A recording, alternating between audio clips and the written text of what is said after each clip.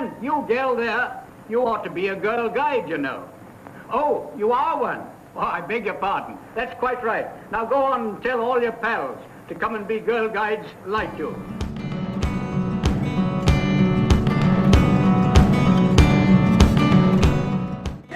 Yo llevo en guías desde 2007. Empecé como monitora, luego jefa de grupo, presidenta de Aragón y hace no llega un año presidenta de la federación. Tuve que pensarlo cuando leí la pregunta. Pues que yo recuerde desde 1980 aproximadamente. Pues fíjate, empecé en el 75 y empecé ya con 18 años como cocinera. Claro, yo empecé con 18, 40. Eso es una pregunta indiscreta. Yo, pues 38 años. ¿Y yo?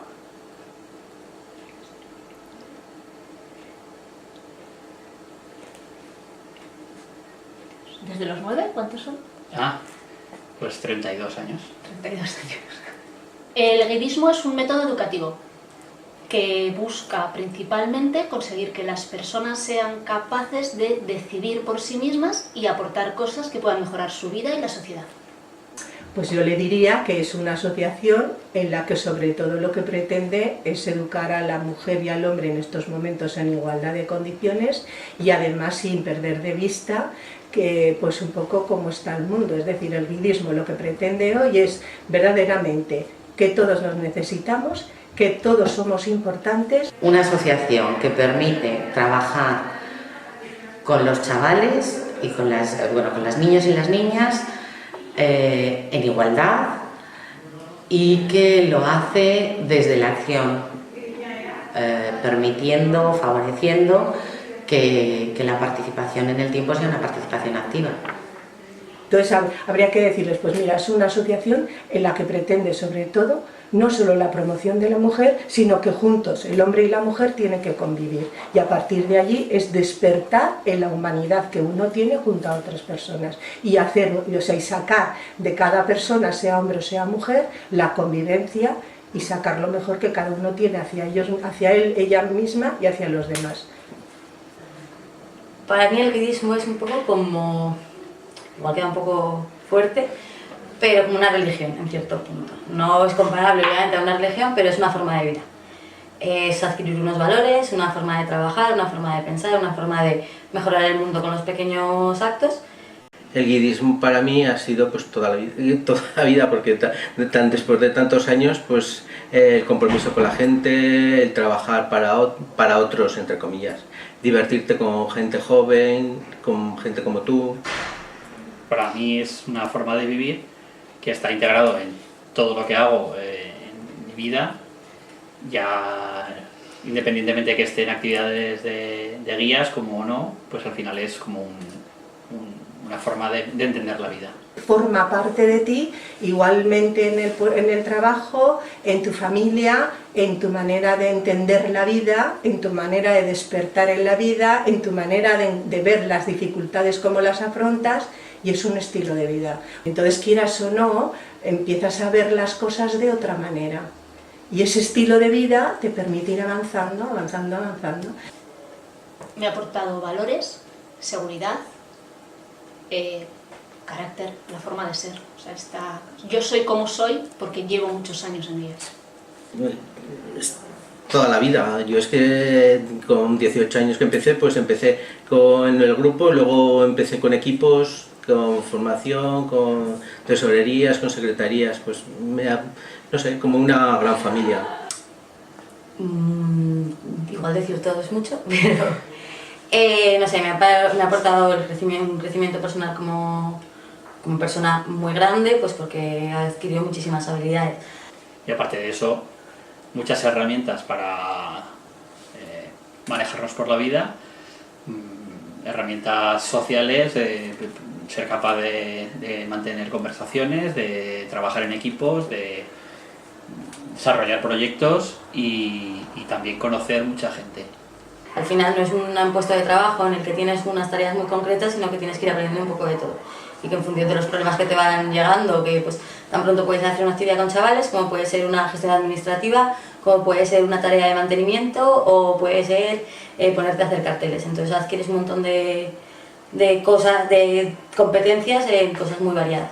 O sea, creo que una persona que está metida en el mundo del guidismo y que es educadora tiene que saber un poco de todo y mucho de nada o mucho de algo, pero que sepa tocar y actuar en todo momento.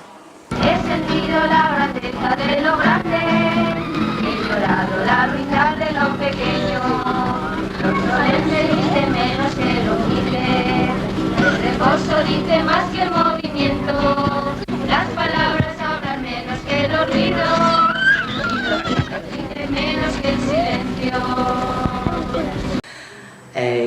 Lo que yo conozco es un poco lo que conoce todo el mundo. El guidismo como movimiento femenino nace en 1908 a raíz de la demanda que presentan un grupo de mujeres a Baden-Powell de que quieren que exista una asociación, una entidad que, al igual que Scouts está trabajando con los chicos, trabaje con las chicas. Empieza nuevamente este señor, Baden-Powell era militar y además tenía dentro de sus, digamos así, dentro del ejército tenía gente jovencita. Entonces se empieza a ver las habilidades y las capacidades que estos chicos tienen y que muy pocos, o sea, que no hay nada para ellos. Y a este señor se le ocurre la feliz idea que precisamente con este amor a la naturaleza y con esa organización, digamos así, entre comillas, militar, empieza un poco a crear algo para ellos. De momento no le pone nombre, pero crea algo para ellos. Y a raíz de ahí, bueno, pues se adapta a lo que había sido el manual para el escultismo a las mujeres. Es cierto que en origen la entidad, la finalidad siempre ha sido el trabajo con las mujeres y para las mujeres, para las niñas y las jóvenes, pero bueno, pues la situación social en el momento del nacimiento es muy diferente a la actual. Posteriormente se extiende primero en los países que tienen relación con, o que han formado parte de la Commonwealth, los países de habla inglesa o que han sido colonias de Inglaterra durante esa época, a principios del siglo XX. Y bueno, pues entre otros países posteriormente llega también a España. A España llega a través de Marita Brisqueta, que entonces era una joven, una señora de Donosti, de San Sebastián, que conoce el movimiento y hace su promesa en solitario, un día del pensamiento. Marita Brisqueta viene y en principio es ella la que trae digamos así, la inquietud porque esto pueda multiplicarse y pueda llevarse a cabo no solo en el País Vasco sino en otros sitios, ¿sí? Es Marita Brisqueta la que verdaderamente empieza un poquito como a darle la importancia. Cuando tú haces la promesa, alguien recoge esa promesa que tú haces. En este caso, bueno, pues un acuerdo, deciden en qué momento, qué día lo van a hacer, y mientras ella está haciendo su promesa en solitario, recogen la promesa en Inglaterra. A raíz de eso, bueno, pues se genera una primera unidad, empiezan a trabajar y poco a poco se va extendiendo el movimiento en España. Durante la Guerra Civil estuvo suspendido, bueno, pues a posteriori de la Guerra Civil, durante años, el movimiento guía, al igual que el movimiento Ska, estuvieron suspendidos, no funcionaban, lo que funcionaba era el auge, y preferentemente para chicos. Las chicas solamente se dedicaban a la sección femenina y posteriormente, a partir del 60 y algo, de nuevo, bueno, sí que habían continuado en algunos casos pequeños grupos trabajando en parroquias, porque es cierto que muchos grupos han estado relacionados porque eran quienes cedían los espacios con parroquias, en el caso de Zaragoza en la ciudad, y retoman de alguna manera ese trabajo que habían empezado a hacer y se vuelve a trabajar con grupos guías constituidos y con una asociación nacional en este caso, que es la Asociación de Guías de España. Pues yo creo que ha evolucionado adaptándose a la evolución de la sociedad, no hay otra. Si estás trabajando con personas, obligatoriamente tienes que adaptarte a los cambios y a la evolución que la sociedad plantea. Evidentemente, como te decía al principio, no creo que el planteamiento de cualquier chica y joven ahora sea el mismo que el que tenían estas jóvenes que demandaron en 1908 el querer ser una unidad de guías, el querer ser un grupo, el querer formar parte de algo, porque la situación social es muy diferente. Yo entré cuando todavía eran solo chicas y vivimos la coeducación desde desde el inicio. Es más, tomamos la decisión. Yo estaba presente en todo ese proceso, estuve presente en todo ese proceso junto con, indudablemente, con muchísimas más personas. Claro, la sociedad va cambiando, se va dando cuenta que el hombre y la mujer no puede seguir educándose separadamente, que lo más importante era pues el que indudablemente se fuesen educando juntos. Pero ¿qué ocurrió? Se estuvo un poquito valorando si tanto guías como scouts se fusionaban o no, y entonces en este caso pues sí que hubo así como un acercamiento de las dos entidades scouts para ver si las chicas indudablemente nos quedábamos con uno o nos quedábamos con otros. Pero claro, ellos no se dieron cuenta que nosotros teníamos nuestra propia autonomía y claro, nosotras no queríamos perder para nada el seguir promocionando a la mujer. O sea, es que indudablemente había que seguir promocionando a la mujer, pero entendiendo que el hombre y la mujer estaban juntos. De tal manera que dijimos que no, hubo ahí sus más y sus menos, hubo asambleas, hubo momentos donde en principio se valoraba pues esa posibilidad y dijimos, si hay condiciones donde no perdemos nuestra identidad, podemos hablar, pero si perdemos nuestra identidad no nos interesa. Y así lo hicimos, de tal manera que a partir de allí los tres movimientos empiezan un poco a hacerlos mixtos, pero cada uno a su ritmo. Entonces, los monitores nos preparamos muchísimo, leímos, trabajamos, tuvimos conferencias, o sea, hubo de todo para ver cómo poderlo llevar a cabo. Pero desde luego fue extraordinario, extraordinario. No perdimos la identidad, lo hacemos mixto, indudablemente el chico y la chica tienen que ser educados de igual manera, pero en ningún caso pretendemos eliminar la promoción de la mujer. En el tema de la coeducación, hombre, pues yo creo que en aquel momento, pues no sé, sobre los, pues en los 70, que es cuando se establece el debate, era evidente que hacía falta, vamos, que la educación en España estaba cambiando, que la educación para chicos o la educación para chicas era algo que empezaba a resultar anacrónico y se necesitaba, bueno, todos nos empezamos a adaptar a esta nueva realidad y desde allí pues la coeducación parecía que era lo que tocaba y lo natural. Desde luego era lo natural en Europa, por ejemplo.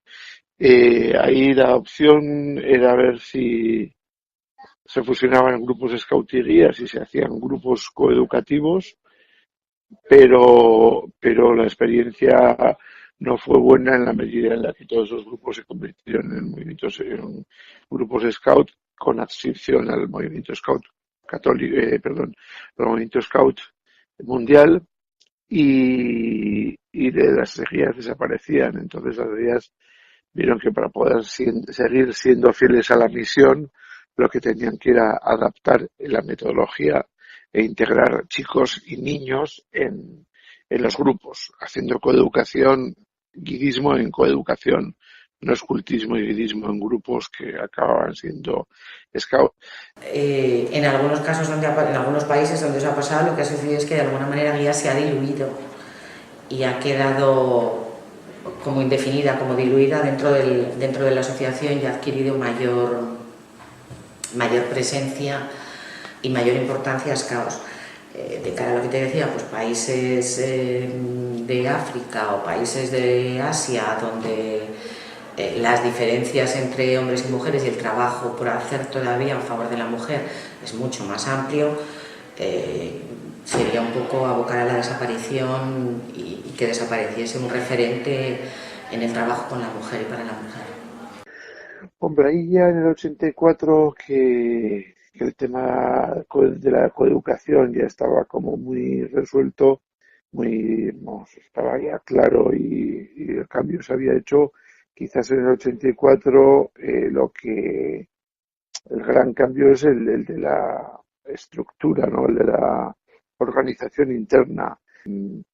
Durante el franquismo, cuando ya con la ley de asociaciones, no sé si fue del 60 o 64, creo que era, con la ley de asociaciones empiezan a poder aparecer nuevas asociaciones y se refunda la Asociación de Guías de España. Era una estructura, una organización absolutamente centralista, bueno, era una organización que tenía una sede nacional en Madrid y luego oficinas provinciales, ya ni siquiera eran regionales, eran las provincias, eran la estructura en la que se subdividía la organización, la Asociación de Guías de España. Ya como en los 80 empiezan, a principios de los 80 se empiezan a desmembrar las provincias, se empiezan a convertir en asociaciones. Bueno, hay que entender que el 78 es cuando ya se aprueba la Constitución, se posibilita y se facilita la creación de asociaciones en cualquier ámbito, y entonces en guías se decide que las provincias pasen a ser organizaciones autonómicas y las asociaciones que fueron desgranándose de AGE, pues a su vez deciden convertirse en una federación, que se llama Federación Española de Guidismo, allá en octubre del 84.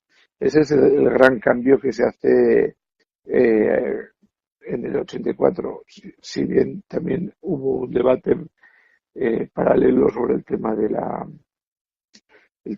la opción fe, y ahí lo que se resuelve es que deja de ser una organización católica para ser una organización abierta. Esos serían los grandes cambios que se desarrollan en ese proceso de cambio de AGE a Federación Española de Guidismo. Bueno, ha cambiado los medios de los que disponemos.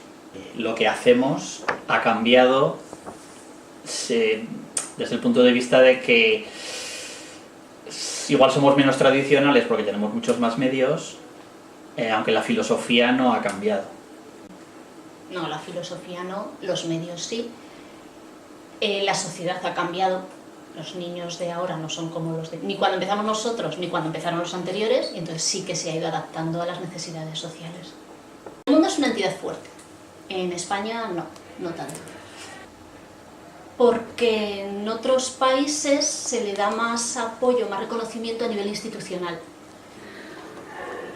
A mí a veces me produce una cierta tristeza porque hay demasiados vaivenes a lo largo de la historia, demasiados altibajos. Es verdad, la sociedad va cambiando y hay momentos en los que hay un mayor auge del asociacionismo y otros que por la situación y por la evolución de la sociedad se le da un menor valor al trabajo que se hace desde las asociaciones juveniles, que educan en el tiempo libre y que educan en valores a los futuros ciudadanos de pleno derecho, de alguna manera, de nuestra sociedad.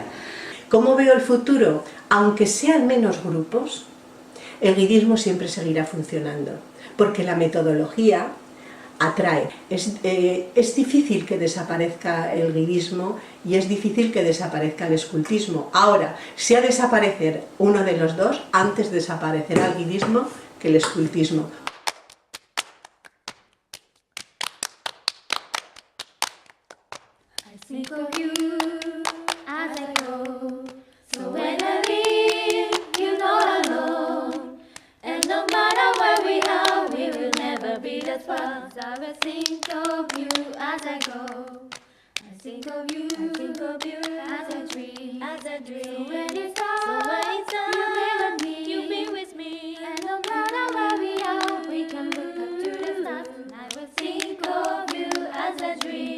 A nivel internacional del movimiento, a nivel de Europa, está muy ligado con Scouts, prácticamente en casi todos los países. Son asociaciones Scouts y guías conjuntamente, y hay muy poquitas asociaciones en Europa que sean solo asociaciones guías. Y de hecho son como bastante más pequeñas que los Scouts. En España es muy pequeñita, pero es verdad que por ejemplo en otros países como puede ser Grecia o puede ser Bélgica, el movimiento guía es bastante más grande en comparación con nosotros. Y por ejemplo, pues en esos dos países también trabajan con chicos, pero luego tenemos en Portugal que solamente son chicas, entonces es un movimiento como mucho más diferente. En el caso de Portugal, guías son solo guías y scouts son scouts. Las unidades de guías están formadas solo por chicas, las jefas de grupo, de unidad, todos los representantes de las entidades son mujeres y no hay hombres. En el caso de Italia, que yo sepa, lo que está es Ayesti, que es una asociación conjunta de scouts y guías, entonces las unidades son conjuntas de scouts y guías. Pues por haber actividades a nivel internacional hay un montón. A nivel responsables hay conferencias mundiales, ¿vale?, para marcar las líneas de trabajo de lo que se guías a nivel mundial. Y regionales de cada una de las regiones de la Asociación Mundial. Luego también los líderes, los responsables, acudimos a actividades de formación o de intercambio. Pues hace poco se celebra la Academy, que es un evento que hace la región europea de guías con la región europea de Scout, y ahí pues es un momento de formación y de compartir. Y luego hay encuentros irregulares de formadores o de responsables de distintas áreas de desarrollo, económicas, o que se están celebrando constantemente. Y a nivel educandos hay actividades conjuntas con personas de edades afines de diferentes países. Y con los niños más pequeños no van a campamentos con niños de otras edades, pero sí que se hacen intercambios de juegos, de cartas, para que sepan que en otros países hay niños que hacen las mismas cosas que ellos. Los campamentos internacionales en los que se ha participado, que se sigue haciendo, me parecen un espacio para la convivencia y para el aprendizaje de las y los jóvenes, y creo que un poco esa debería de ser la finalidad, el conocer que gente como tú está haciendo lo mismo o muy parecido, aunque sea de distinta manera, pero el fin es el mismo, en otros lugares del mundo. Esa sensación de encontrarte con gente que trabaja como tú y que tiene eso en común contigo me parece importante, ese trabajo que se hace. ¿Vale? En países de África o en algunos países asiáticos tienen una mayor presencia a nivel representativo dentro del propio país, y luego yo creo que tienen una mayor presencia perdón, porque el trabajo que se hace con las mujeres, no hay tantas entidades ni las propias administraciones públicas de los países realizan ese tipo de trabajo. Entonces sí que se hace un trabajo en ese sentido más directo, más contundente. Sí. En Estados Unidos también tiene mucho poder, mucho nombre, ¿no? Al final siempre salen en las películas las que venden galletas y demás, y luego pues en Estados Unidos tanto ser scout como guía como pertenecer a cualquier ONG es algo como prioritario, y sí que lo mismo, siempre que sale pues que todos los presidentes han sido scouts o que todas las mujeres relevantes han sido guías, entonces sí que tiene un componente como muy reconocido, que a lo mejor muchas veces en España, por ejemplo, se nos olvida. Luis está borracho en la cocina, Luis está borracho en la cocina, tocando el viejo baño, haciendo freestyle, freestyle flow, freestyle, freestyle flow, freestyle, freestyle flow, tocando el viejo baño. La FEG es la Federación Española de Guidismo, es la heredera de la Asociación de Guías de España que había antes, y bueno, está compuesta por 5 asociaciones, que estaría Guías de Aragón, Asociación de Guías de Torrelodones, Asociación de Guías de Mallorca, País Vasco y Valencia. Con una estructura federal, como su nombre indica, bueno, pues lo que tiene es un consejo formado por los presidentes de las diferentes entidades, un presidente y una presidenta a nivel nacional y los representantes internacionales. Y un poco, bueno, pues entiendo que marca, debería de hacerlo, las líneas de trabajo conjuntas de las diferentes entidades y aquellas actividades o actuaciones que se realicen a nivel conjunto. Toda persona que pertenece a una asociación, o sea, la federación está formada, los socios de la federación son las asociaciones. Entonces, toda persona que pertenece está vinculada a una asociación guía, pues bien sea aquí en Madrid y en Valencia, pertenece a la FEG. El CEG es el Comité de Enlace de Guidismo Español, porque, bueno, en Cataluña hay un movimiento Scout y Guía conjunto, ahí sí que trabajan, o sea, son asociaciones Scouts y Guías, como las que hemos hablado que hay en Europa. Esto es un ente que se hace necesario en la medida en la que la Organización Mundial de las Chicas Scout, la AMGS, solo acepta o solo reconoce una organización miembro por cada estado. Entonces, la organización miembro de la Asociación Mundial de Guías Scout, la organización miembro es España. España, el nombre de la organización española es Comité de Enlace de Guidismo en España, que engloba a la Federación Española de Guidismo y engloba a la Federación Catalana de Escultismo y Guidismo. Entonces, cada país solo puede tener una asociación, solo se reconoce una asociación. Entonces, al tener nosotros dos asociaciones independientes, necesitamos un comité de enlace o una plataforma que nos reconozca a las dos. Es como un paraguas. La WAGS es la Asociación Mundial de Guías. Es la que coge ya, o sea, la que enlaza, la que marca un poco las directrices del guidismo a nivel mundial. Está dividida en continentes y, bueno, en regiones. Nosotros pertenecemos a la región europea y es la que va marcando un poco pues, las líneas de trabajo, los proyectos anuales, nos va dando materiales y la que va, pues la que lidera el movimiento.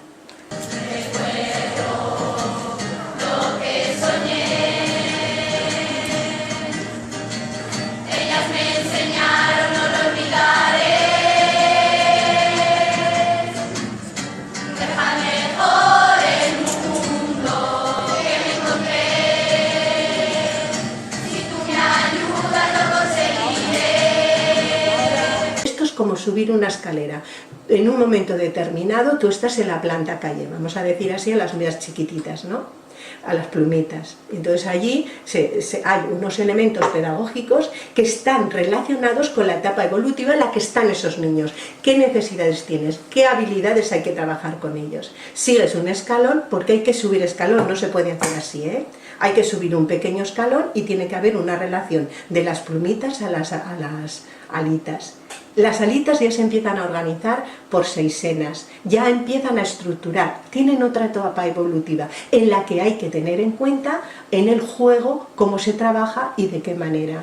De esta manera subimos un escalón más donde están las guías y es esplendoroso. Es la etapa más complicada, según dicen, para mí la más maravillosa, pero donde realmente se despierta todo. Absolutamente todo. El objetivo del guidismo es, ahora el principal es la coeducación, que la mujer esté integrada más en la sociedad, compromiso, equipo. Está muy claro que parte del proyecto educativo de la entidad es la coeducación, se trabaja por ello y para ello. Es de las entidades que siempre ha trabajado en ese sentido, yo siempre la he conocido trabajando ese aspecto y ahora está de moda, pero no es lo que se hacía habitualmente. Pues el objetivo es dar habilidades a las personas, principalmente a las niñas, y aquí nosotros que practicamos la coeducación a niñas y niños, para ser ciudadanos del mundo, responsables de conscientes de sus responsabilidades y también de sus obligaciones de cara a conseguir la promoción o la propugnación del empoderamiento de la mujer. O sea, antes estaba la educación formal y la educación no formal, ¿no? Y había una separación tremenda. La educación formal era sobre todo pues educar a la persona y sobre todo darle mucho contenido, que no está mal, ¿eh? Eso está muy bien, y la educación no formal lo que hacía era poner a la persona en el centro. La educación formal está reglada, con lo cual es muy rígida y no siempre te puedes salir de unas pautas marcadas porque tienes que conseguir unos objetivos y unas acciones que la educación no formal nos permite adaptarnos más a las personas a las que estamos educando. Bueno, la formal sería la oficial, que te da un título educativo reconocido, y la no formal pues damos nuestros reconocimientos que son valorados fuera en el ámbito de la educación no formal, pero no son reconocidos al 100% por todas las entidades. Hombre, pues yo creo que lo fundamental del riguismo, y también diría del escultismo, es que es una metodología total, es una metodología en la que, bueno, por una parte exige una cierta constancia, una cierta... La educación con el movimiento guía es una educación a largo plazo. En principio, las personas los niños o las niñas que entran en los grupos, pues lo natural es que entren cuando tienen 6, 7, 8 años y permanezcan hasta los 18. En la medida en la que es fundamental la progresión, bueno, en la medida en la que el método se basa en que se van pasando 4 o 5 etapas diferentes dentro de ese periodo vital, y tiene que haber una progresión de tal. El método, cómo se trabaja para conseguir esos valores que probablemente en muchos momentos sean los mismos que en otras asociaciones. Es el método. No tiene cosas muy originales en cuestión de valores, pero sí que las tiene en cuestión de aplicación, sobre todo de dar protagonismo a lo que son los chavales y chavalas. Ellos son protagonistas de todas las actividades, o deberían serlo, porque proponen, porque realizan, porque evalúan. Y, insisto, es un proyecto muy a largo plazo y en el que se intenta desarrollar una manera de entender el mundo y una manera de ser. Y dimos escultismo, realmente es el padre y la madre. Es casi todo igual, el método puede que cambie un poco, no sé, la esencia es la misma. Y el objetivo de empoderamiento de la mujer, totalmente. Somos los Estatutos de Aragón, es la única entidad que nosotros, de las que nosotros trabajamos, que en sus estatutos tiene por obligación la promoción de la mujer como objetivo final. No hay ninguna otra. Pues es una cosa que parte de lo mismo, ¿no? Viene de lo mismo, pero se ha ido desarrollando un poco de manera diferente. Al final, la forma de trabajo es similar, pero el objetivo principal no es el mismo. Entonces, son diferentes objetivos con un camino parecido. Sí, la escuela Trocha empezó pues hace realmente, era pues unos 30 años iba a hacer ya, que empezó por la necesidad de formar a monitores y directores. La escuela Trocha nace de una necesidad que en los años 80 surge al tener que los líderes, los monitores, no necesitaban ningún tipo de titulación para ir a campamentos, acampadas, a ese tipo de actividades. Pero con la adaptación a las nuevas legislaciones y a regular todo el ámbito del tiempo libre, al igual que otras entidades, surge la necesidad de que los monitores se formen. Entonces los monitores realizaban sus cursos en otras escuelas de tiempo libre que habían ido surgiendo en Aragón, pero en la asociación había unas personas conscientes de la oportunidad que daba el formar a esos monitores y además formarlos en un ámbito guía, con un método guía, y así nació la escuela en el año 1989. Pues un poquito para formar a nuestros educadores. El monitor es ejemplo para el niño. Entonces, si los ejemplos que da ese monitor son adecuados, el niño aprenderá a vivir de una manera adecuada y a ser responsable. Si el ejemplo que recibe es negativo, cogerá un rol negativo. En el momento que uno quiere hacer algo, indudablemente, si fuese, vamos a pensar, para hacer talleres o para estructurar actividades sería muy fácil. Es decir, mira, necesitamos personas de 18 años y aquí lo que se va a hacer es el juego y los talleres, vale, unas herramientas que son útiles, tal. Pero como resulta que nuestra finalidad es la de educar, indudablemente, para poder educar, porque eres educador, en esta asociación eres educador, tienes que tener unos elementos pedagógicos, psicológicos y también unas herramientas, digamos así, más manuales, más de habilidades, para poder transmitir al chaval o a la chavala, porque aunque tú no quieras, eres el modelo y la imagen que le estás dando a esa personita o a esa persona ya más mayor. Por lo tanto, es imprescindible para saber que tú eres educador, para empezar, que si eres educador, indudablemente tienes que tener, no puedes, tus actitudes tienen que ser continuadas. No puede ser que aquí ames la naturaleza y fuera estés tirando los papeles al suelo. Por lo tanto, tiene que haber una coherencia en tu vida y en este caso, con ese compromiso, verdaderamente eres educador. Por lo tanto, hay elementos que no pueden fallar y uno de ellos es la formación continuada.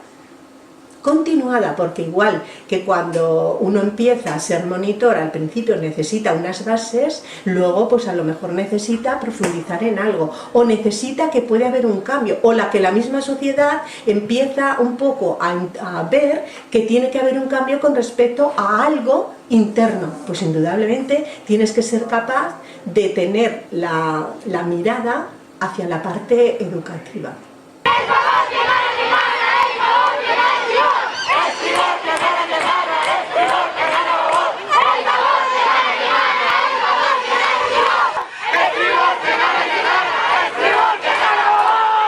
Es curioso que una de las cosas que nos identifica, uno de los símbolos externos que nos identifica es el uniforme.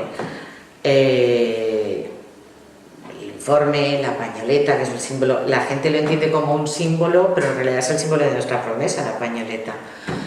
Y yo entiendo que un poco por tradición, puesto que el fundador en principio Baden-Powell era militar de profesión, se ha achacado ese cierto carácter militarista. Bueno, pues por el hecho de que hay determinados, por un lado la simbología que tiene el uniforme, el tema de las izadas y arriadas de bandera, ese tipo de cosas, yo creo que se han relacionado de una manera, entre comillas, peyorativa con un cierto carácter militarista. Pero yo entiendo que no es, simplemente son símbolos externos que identifican a una serie de gente que tienen unas cosas en común. No nada que ver con militarismo, puesto que evidentemente nadie que yo sepa lleva armas. Opino que muchas veces hacia personas que no conocen este movimiento les produce un poco de, no sé si no rechazo, sino, bueno, ¿y qué es lo que haces? Porque siempre te preguntan, ¿no? ¿Y qué es lo que haces? ¿Vas al monte, haces fuego, vendes galletas? Pues es mucho más que eso. Hay que transmitir que no solamente, bueno, yo no sabré si sabría hacer fuego, pero quiero decir que es mucho más que lo que sabes hacer, sino cómo hacerlo y cómo un poco sacarte las castañas. Entonces, es dar a conocer qué es lo que se hace realmente, que al final las películas hacen mucho daño. No, nunca. Jamás se dejará de ser guía. Porque siempre recuerdo, siempre tan formado para hacer unas cosas, para ayudar, para hablar en público, trabajar en equipos. No, nunca se deja de ser guía. I'm very glad to see you there. Thank you all, good luck to you, and I wish we may meet again. Thank you.